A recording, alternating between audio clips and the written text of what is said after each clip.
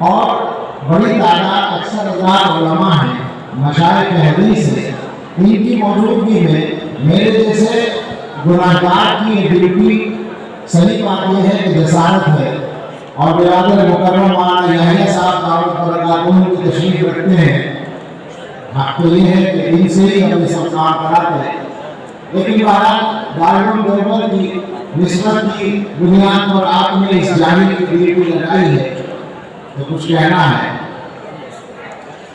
اور اس مضمون کو بھی میں کوشش کروں گا کہ وہ سبق سے متعلق ہے اس طرح بیان کیا جائے کہ عام آدمی کی سمجھ میں آئے۔ طلبہ کو معلوم ہے کہ یہ بات آخری بات جو ہے یہ کتاب التوحید کا حصہ ہے، اور کتاب التوحید کا جو عنوان ہے وہ بخاری شریف کے نسخوں میں بعض جگہ کتاب التوحید ہے اور بعض جگہ کتاب التوحید والرد علی الجہمیہ وغیرہم ہے۔ اس کے علاوہ بھی بعض روایتیں ہیں کہ یہ دو مشہور ہیں۔ مجموعی اعتبار سے بخاری شریف کی آخری کتاب باطل نظریات پر رد کرنے کا عنوان ہے۔ حضرت شیخ الحدیث مولانا زکریا صاحب رحمۃ اللہ علیہ کی رائے یہ ہے کہ یہ کتاب مستقل کتاب نہیں ہے بلکہ کتاب الاعتصام بالکتاب والسنہ کا حصہ ہے، اس کا تکمیلہ ہے، لیکن اکثر حضرات اس کو مستقل کتاب مانتے ہیں اور عنوان یہ بتا رہا ہے کہ یہ مستقل کتاب ہے، اور اس کا جو مضمون ہے، اس میں جو احادیث ہیں ان سے بھی یہ پتہ چلتا ہے کہ یہ مستقل باب اور کتاب ہے۔ اس کتاب میں امام بخاری رحمۃ اللہ علیہ نے اس زمانے میں جتنے باطل فرقے وجود میں آئے تھے ان کے معتقدات کا رد کیا ہے بڑی حقیقت، اور خاص طور پر توحید باری کے سلسلے میں جو ان کے نظریات تھے۔ آپ حضرات نے کلام کی کتابیں پڑھی، عقائد کی کتابیں، آپ جانتے ہیں کہ اس زمانے میں معتزلہ، جہمیہ اور زابورجیہ اور اس طرح کے بہت سارے فرقے وجود میں آ چکے تھے۔ ان میں سے معتزلہ کا صفات باری کا انکار کرتے تھے۔ ان کا یہ خیال تھا کہ اگر اللہ تعالیٰ کی صفات کو مانا جائے گا تو شرک ہو جائے گا، توحید خالص نہیں رہے گی، کیونکہ صفات کو حادث مانے تو اللہ تعالیٰ کو کیسے متصف کرے، اور قدیم مانے تو تعدد خدمہ ہو جائے گا، دونوں صورتوں میں معاملہ گڑبڑ ہے۔ لہذا انہوں نے یہ کیا کہ صفات کا انکار کر دیا۔ یہ ایسا ہے کہ جس سر میں درد ہو اس کو دوا کھلانے کے بجائے سر کاٹ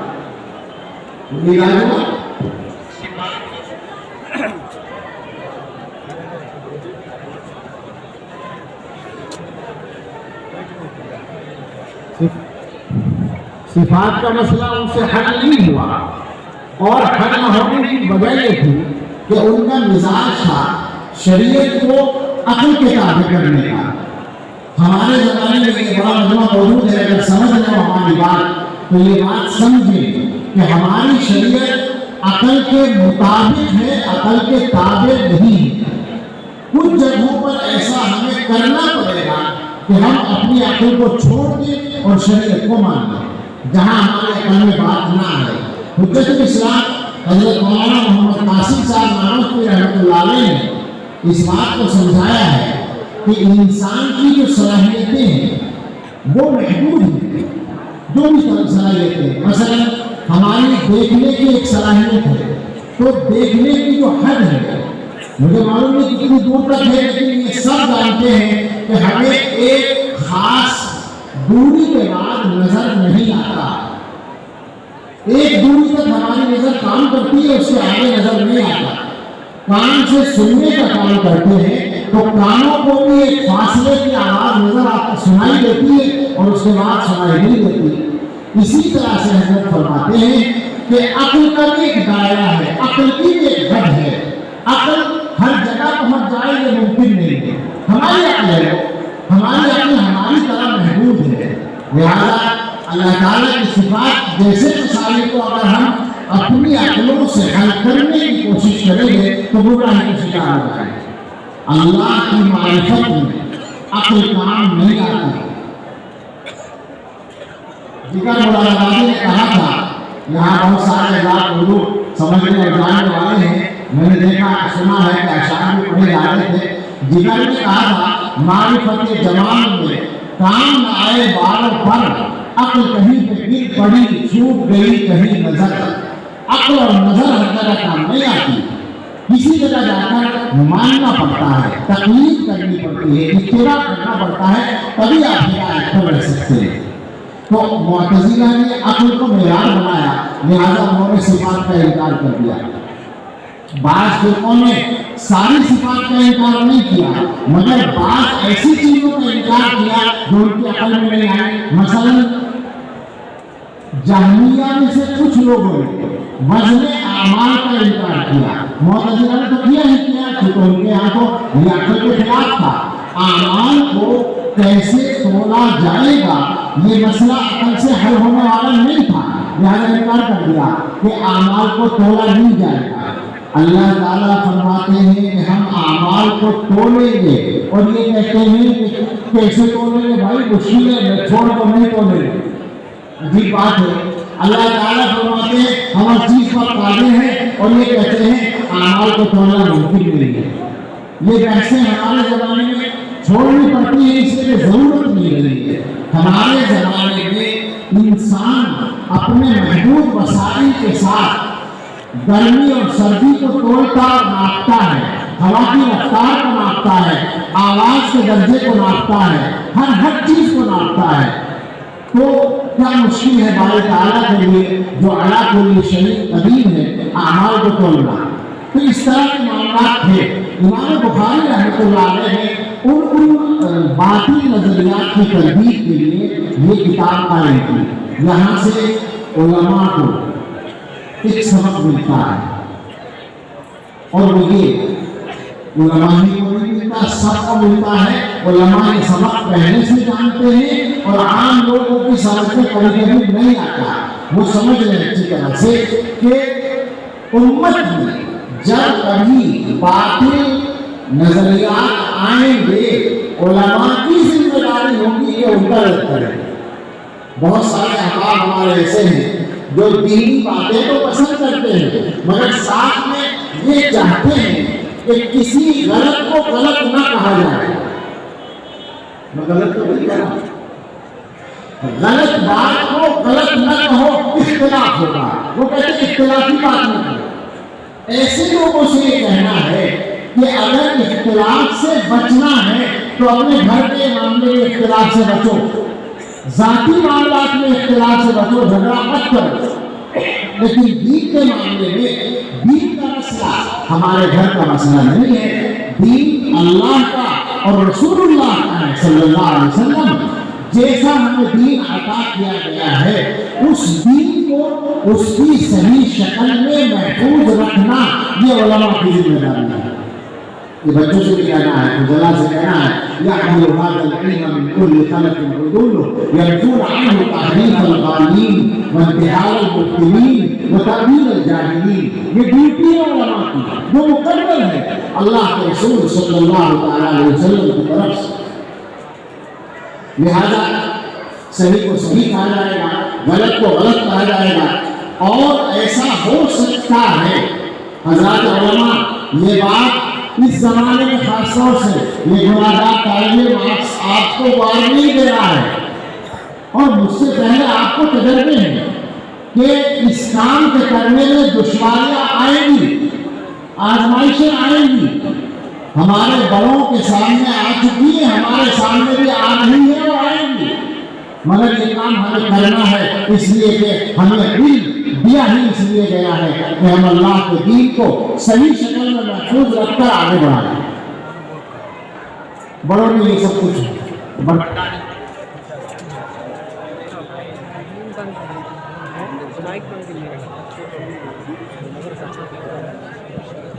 یہی اختلاف جس کا اشارہ ابھی ہوا، ظاہر ہے کہ ساری تفصیلات بیان کرنے کا موقع نہیں، ضرورت بھی نہیں. معتزلہ کے اختلافات اور دیگر فرق باطلہ کے انہی اختلافات کے سلسلے میں آپ حضرات جانتے ہیں چونکہ اسی مضمون سے متعلق ہے، اس لیے ہم سب کی یاد دہانی بھی ہے، وہ تذکرہ کرتے ہیں کہ امام احمد بن حنبل رحمۃ اللہ علیہ نے اس سے پہلے دیگر ائمہ اور علماء نے، امام ابو حنیفہ اور دوسرے حضرات نے مختلف مسائل میں آزمائشوں کو جھیلا۔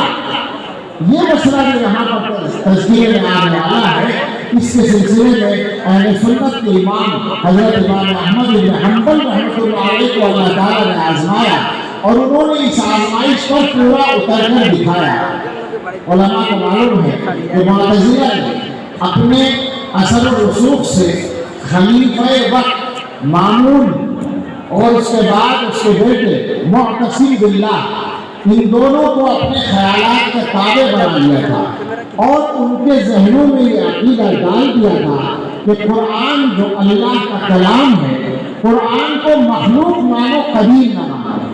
یعنی قرآن، حالانکہ قرآن اللہ کا کلام ہے، اللہ کی صفت ہے، تو اس کو اللہ تعالیٰ کی طرح سے غیر فانی یعنی قدیم ہونا ہی چاہیے، مگر ان کی عقل میں نہیں آیا تو انہوں نے خلیفہ کو یہ باور کرایا کہ جو لوگ اللہ کے کلام کو قدیم مانتے ہیں وہ صحیح توحید نہیں مانتے، لہٰذا ان کو ان پر پابندی لگائی جائے۔ علماء کو اس سلسلے میں آزمائشوں کا سامنا کرنا پڑا اور بہت سے علماء نے توریے سے کام لے کر اپنے آپ کو بچا لیا، مگر اللہ تعالیٰ کی طرف سے جن حضرات کو خاص توفیق دی جاتی ہے وہ ہمیشہ حق بات صاف لفظوں میں کہہ کر اپنی ذمہ داری پوری کرتے ہیں۔ حضرت امام احمد بن حنبل رحمۃ اللہ علیہ نے وہی بات کہی جو حق تھی۔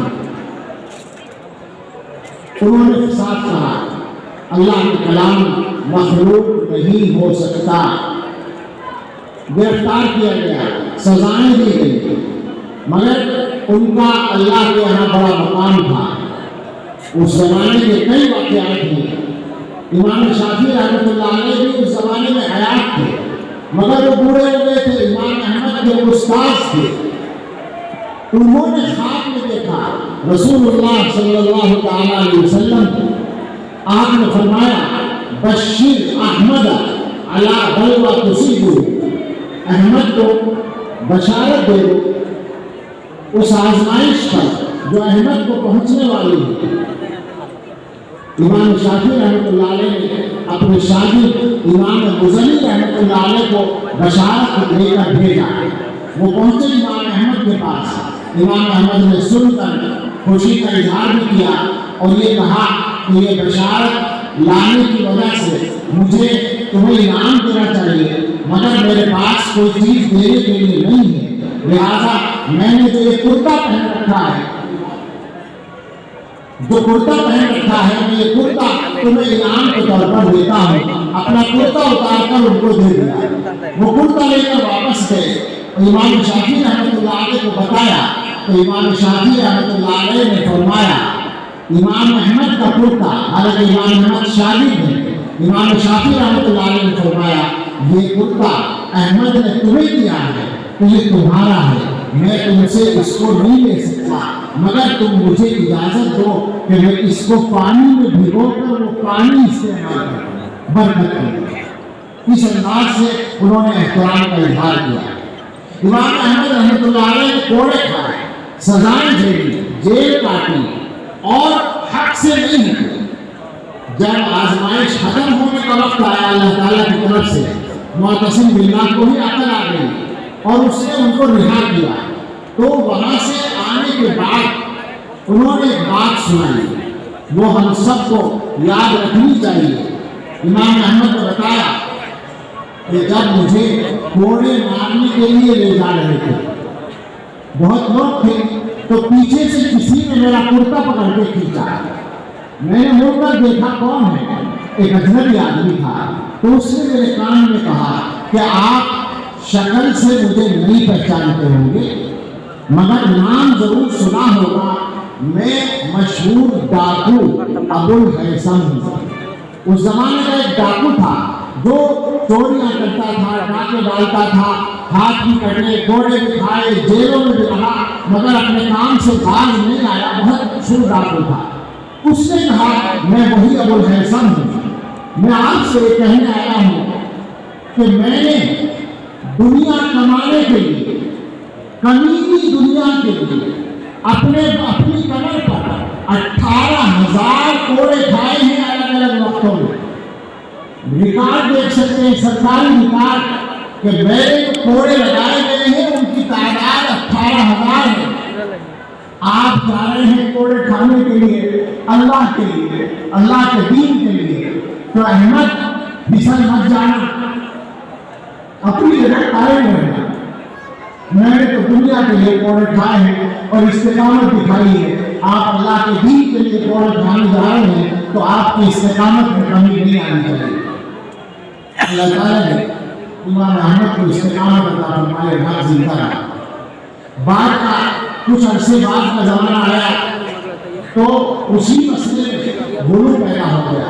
امام احمد کے ماننے والوں نے یہ کہنا شروع کر دیا کہ قرآن بھی قدیم ہے، مخلوق نہیں ہے، فانی نہیں ہے، اور قرآن کے الفاظ جو ہم پڑھتے ہیں یہ ہماری تلاوت بھی قدیم ہے، اور قرآن جس کاغذ پر لکھا جاتا ہے وہ کاغذ بھی قدیم ہے، جس روشنائی سے لکھا جاتا ہے وہ روشنائی بھی قدیم ہے، یہاں تک کہ جس گتھے کے درمیان جلد بنی ہوئی ہے وہ بھی قدیم ہے۔ اب یہ دوسرا غلو آ گیا اور یہ باطل نظریہ تھا، تو یہ زمانہ تھا امام بخاری رحمۃ اللہ علیہ کا۔ امام بخاری رحمۃ اللہ علیہ کو اس میں آزمائش کا سامنا کرنا پڑا۔ امام بخاری سے مجمع عام میں سوال کیا گیا کہ آپ کیا کہتے ہیں، ہمارے جو الفاظ ہیں قرآن کا جو ہم تلفظ کرتے ہیں وہ قدیم ہے، احادیث ہے؟ امام بخاری نے وہی مسئلہ بیان کیا جو حق تھا، تو فوراً ان کے خلاف ہنگامہ کھڑا کر دیا گیا، اور اتنا ہنگامہ ہوا کہ ان کو اپنا وطن چھوڑنا پڑا۔ امام بخاری رحمۃ اللہ علیہ جس کی حکومت آج تک چلی آ رہی ہے علمی دنیا کے اوپر، اس اللہ کے بندے کو دین کے لیے اپنا وطن چھوڑنا پڑا اور مسافرت میں خرطل کے مقام پر ان کا انتقال ہوا، اپنے گھر سے باہر نکلا۔ یہ مسائل اس لیے ذکر کیے کہ ہمارے لیے سبق ہے، اور اس لیے بھی کہ اس بات سے یہ مسئلہ کا تعلق ہے۔ یہ بات ہے باب قول اللہ وَنَضَعُ الْمَوَازِينَ الْقِسْطَ لِيَوْمِ الْقِيَامَةِ وَأَنَّ أَعْمَالَ بَنِي آدَمَ وَقَوْلَهُمْ يُوزَنُ۔ یہ بات ہے اللہ تعالیٰ کے اس قول کے بارے میں کہ اللہ تعالیٰ فرماتے ہیں ہم قیامت کے لیے انصاف کے لیے ترازوئے قائم کریں گے، ترازوئے رکھیں گے، اور یہ کہ انسانوں کے اعمال اور اقوال تولے جائیں گے۔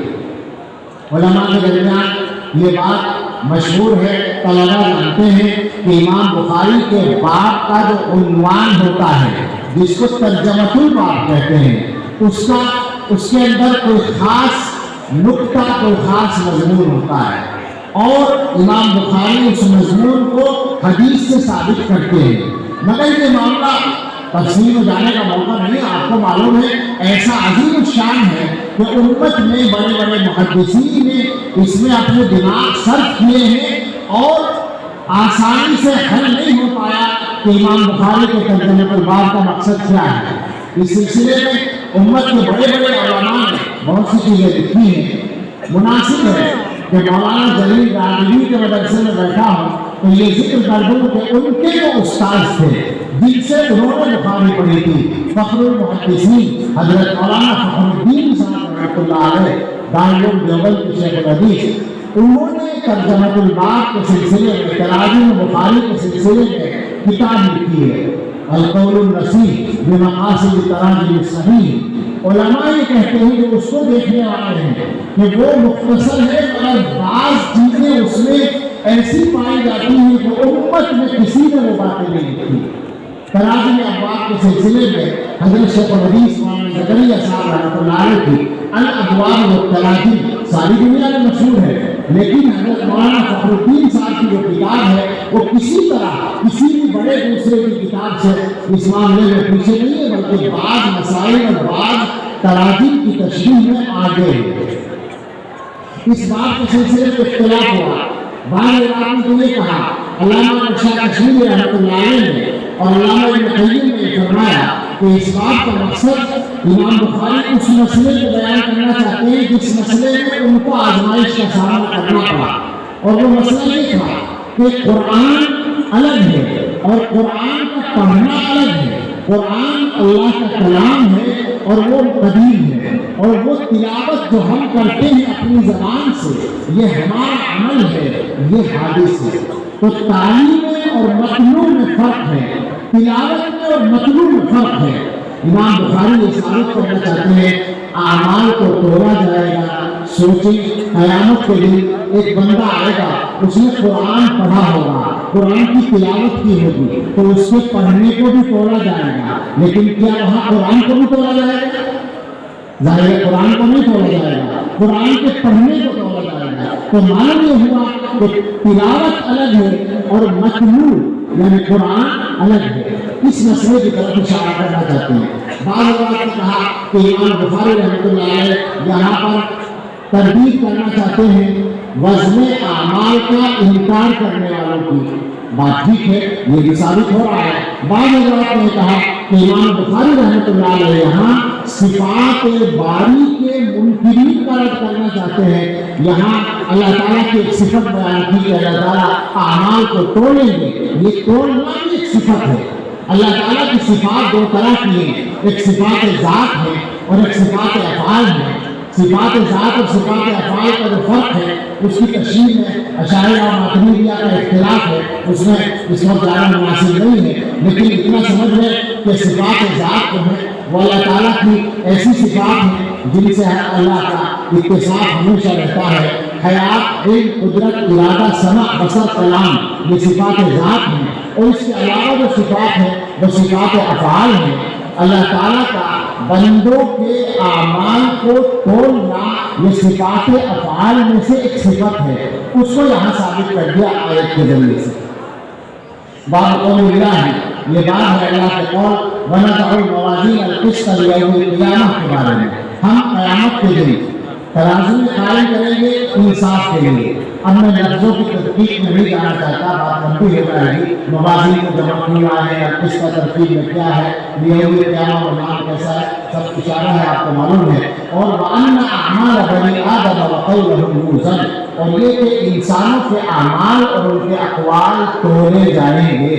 وقال مجاہد، امام مجاہد کا قول کو نقل کیا القسطاس العدل بالربیہ. یہ اس لیے نقل کیا کہ امام بخاری کی عادت ہے کہ جب وہ کوئی آیت لاتے ہیں ترجمۃ الباب میں تو اس آیت کے الفاظ کی تشریح کرتے ہیں اور ان کی مناسبت سے کوئی دوسرا لفظ آ رہا ہو اس کی بھی تفسیر کر دیتے ہیں. کیونکہ یہاں کس کا لفظ آیا تو قرآن کریم میں قسطاس کا لفظ ترازو کے معنی میں استعمال ہوا ہے. امام بخاری نے مناسب سمجھا کہ یہ بتا دیں کہ امام مجاہد جو تفسیر کے امام ہیں وہ یہ فرماتے ہیں کہ قسطاس حقیقت میں رومی زبان کا لفظ ہے جس کے معنی انصاف کے آتے ہیں. ترازو بھی انصاف کا ذریعہ ہے، اس لیے اس کو بھی قسطاس کہہ دیا جاتا ہے.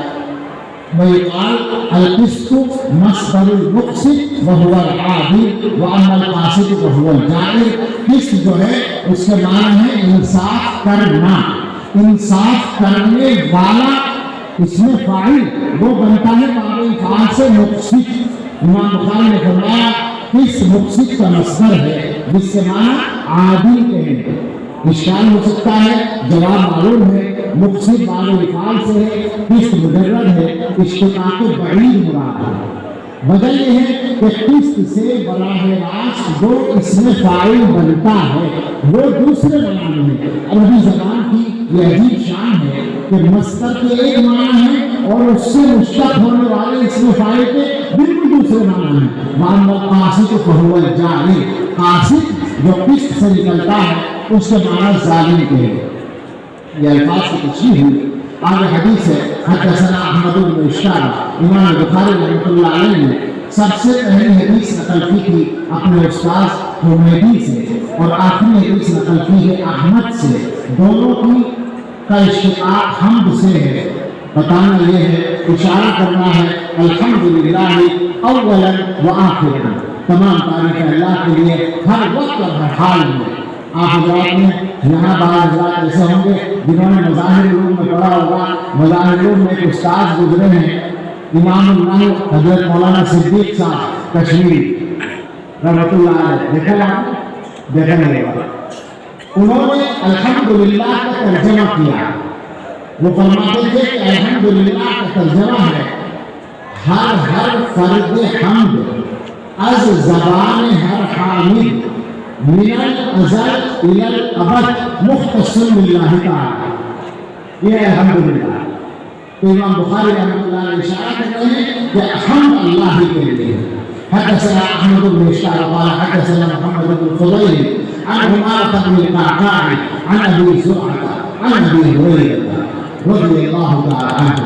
امام المحدثین حضرت ابو ہریرہ رضی اللہ تعالی عنہ 5374 حدیث کے راوی فرماتے ہیں کہ رسول اللہ صلی اللہ علیہ وسلم نے ارشاد فرمایا کلمتان حبیبتان للرحمن، دو کلمے ہیں جو رحمان کو پسند ہیں، خفیفتان علی اللسان، زبان پر ہلکے ہیں، ثقیلتان فی المیزان، اللہ کی ترازو میں بھاری ہوں گے، وزنی ہوں گے. سبحان اللہ وبحمدہ سبحان اللہ العظیم.